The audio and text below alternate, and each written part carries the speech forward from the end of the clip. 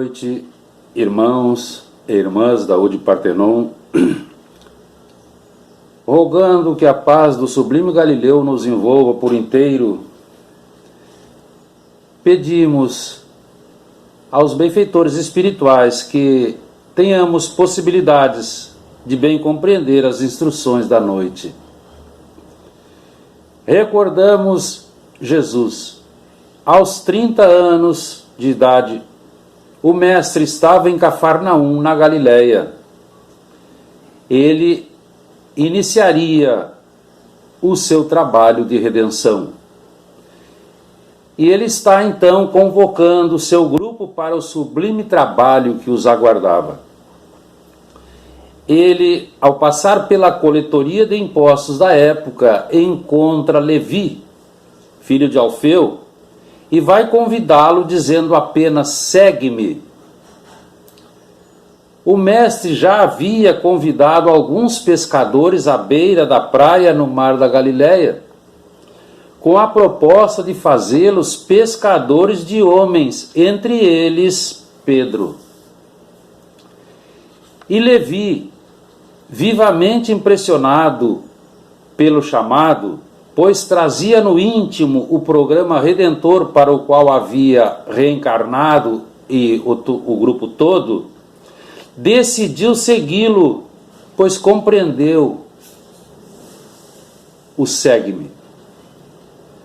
Ele vai então convidar o mestre para uma refeição em sua casa, onde todos poderiam aprender mais. E lá se foi um grupo grande de pessoas que entenderam aquele homem preenchia e respondia às suas ansiedades, às suas dúvidas. Mas esse fato foi notado pelos fariseus, que perguntaram: como o vosso mestre come com pessoas de má vida?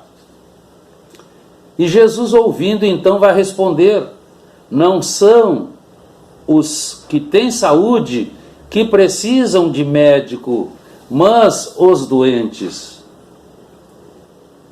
E nós então encontramos algumas palavras com algumas explicações pertinentes. Quem eram os publicanos? Cobradores de impostos entre os hebreus para os romanos.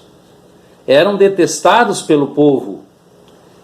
Muitos eram pouco escrupulosos e todos eram considerados más companhias, indignas de conviverem com pessoas honestas. O fariseu conheciam a lei de Moisés, mas não a aplicavam para si, apenas para os outros. Aparentavam virtudes que não possuíam, eram orgulhosos, dissolutos, tinham paixão pelo poder, numerosíssimos e poderosíssimos em Jerusalém e inimigos das ideias novas. Vamos encontrar a saúde que o mestre falou. Hoje nós temos saúde integral, é o pensamento em harmonia com a lei do amor.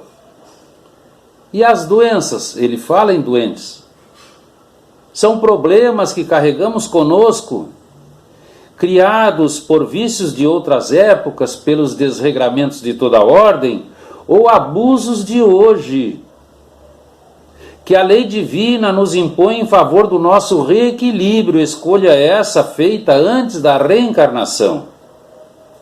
A dor, então, é uma mensageira amiga, que convida à meditação necessária, inevitável a todos nós no atual processo de evolução que nos encontramos. A medicina hoje conhece e demonstra os efeitos da mente sobre o corpo, o papel das emoções e dos sentimentos e da sua repercussão no físico.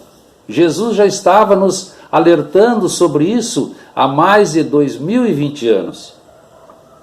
Então, o tipo de doentes a que ele se referia eram os desprezados pelos homens para socorrê-los, para prepará-los para que pudessem receber os ensinamentos divinos. As pessoas consideradas de má vida eram, na verdade, doentes do espírito. E por isso o Mestre os acolheu, reconhecendo neles os mais necessitados de consolo. Mas os fariseus também não eram espiritualmente sãos. Eles demonstravam apenas equilíbrio aparente, padeciam, porém, da hipocrisia, trazendo no íntimo este mal difícil de curar, embora tivessem um brilho aparente de conhecimento intelectivo, mas não usavam. Jesus não buscou os intelectuais e famosos da sua época, porque os orgulhosos, os autossuficientes que nunca erram, eram envaidecidos da ciência da terra, acreditavam-se sábios, considerando-se acima da divindade. Ainda hoje encontramos muito isso. O Mestre recusava essa ostentação de pureza, sabendo que escondia a falsidade e a ambição. Normalmente as pessoas que sofrem encontram-se com os sentimentos dispostos a aceitar as orientações do Evangelho. E por isso melhor se apegam ao amor de Deus. Porque quando nada nos falta, pouco nos lembramos de Jesus e de Deus. As pessoas preferidas do Mestre são aquelas que trazem o desejo de melhoria, de modificação e de crescimento para Deus. Na Boa Nova nós temos uma coleção de receitas ensinadas por ele com vistas à terapia do espírito. Alguns itens: fazer aos outros o que desejaríamos que os outros nos fizessem, utilizar sempre a paciência, humilhar-se para ser exaltado, amar os inimigos, perdoar sempre, orar pelos que nos caluniam, negar-se, tomar a cruz e seguir ao Mestre. Em Bordeaux, 1861, encontramos no Evangelho segundo o Espiritismo uma mensagem: o Espírito de verdade nos diz: sou o grande médico das almas e venho trazer-vos o remédio que vos há de curar. Os fracos, os sofredores, os enfermos são os meus filhos prediletos. Vinde a mim todos vós que sofreis. Sede dóceis aos Espíritos do Senhor, porque Deus dirige um supremo apelo aos vossos corações por meio da doutrina espírita. Aqui nós temos já o chamado. Então, com certeza, conscientemente, o médico é Jesus. Os enfermos somos todos nós, espíritos falidos moralmente, necessitando reencarnar entre provas e expiações. Então surge uma conclusão: as doenças e a saúde são construções nossas, e ninguém é vítima de nada senão de si mesmo, das suas próprias decisões, das suas próprias escolhas equivocadas, daquilo que decide e determina em sua reencarnação. Mas uma esperança surge. Toda cura é também um fenômeno de autocura, porque para que ela se instale em definitivo é necessário, é indispensável que haja uma reformulação moral dos pensamentos, dos sentimentos e das ações, fazendo com que agora verdadeiramente estejamos nos transformando em profundidade, porque estamos dentro da lei do amor pela sintonia vibracional.